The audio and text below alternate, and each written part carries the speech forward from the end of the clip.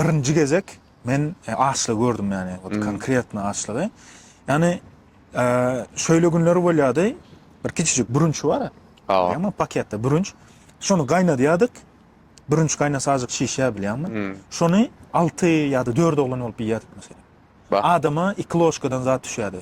ýa-da 3 loşkadan. Bul wes günüňe bilýärmi? Çözüm tapmaly bir zat edip mesela gyşda Russiýada da gyşgaty uzak wagtda poliavelen haltura diýilip neme wady? Bir günlük işler bilýärmi? Stroykada agry işe, musor çykarmaly ýa-da bilmeýän bir şkaturk etmeli, zat etmeli. Şoňalyk işler bolanda gidýärdik oglanlar bolup.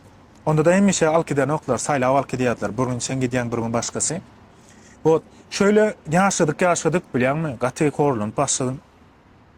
Pul hakykatdan da ýok. Ondan soň azk wagt geçdi. Meniň iň wagt ýadymdan çykmaýan günler şolar. Soň bir gün işe gitdik. Ýanymda owadaşym bilen ulurak oglandy. Soň gowa oglandy, Bahramady. Munuň bilen işlemene gittik. Gaty sowuk. Biz remont edipdik karoçy. 40-njy etajdan bir zatda garnymyz açyk bilýärmi? Men jemperimi skoşlapdym. Balagym bilen bilelik başlap garnym açylmasyn diýip. Çünki üstüme giýen eşigim oňaly galyň bolman soň barym gikdim. Wot. Soň geldik. 1000 rubl gazandyk şonda. 1000 rubl gazandyk, ýolumyza gitdik. Galynam diýdik ki, oglanlar aç öýde. Bilýärmi? Geldik, produkt alaly ýa. Şunu gowy iýiçeli oglanlar begensin, garaz bilýärmi?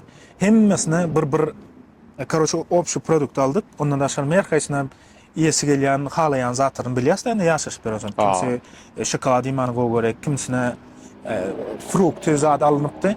Bardyk welin öýde zat bar. Öýüň iyesi bizi garşy aldy. Biz işden soň bardyk. Soň aýtdyk, näme bolýar?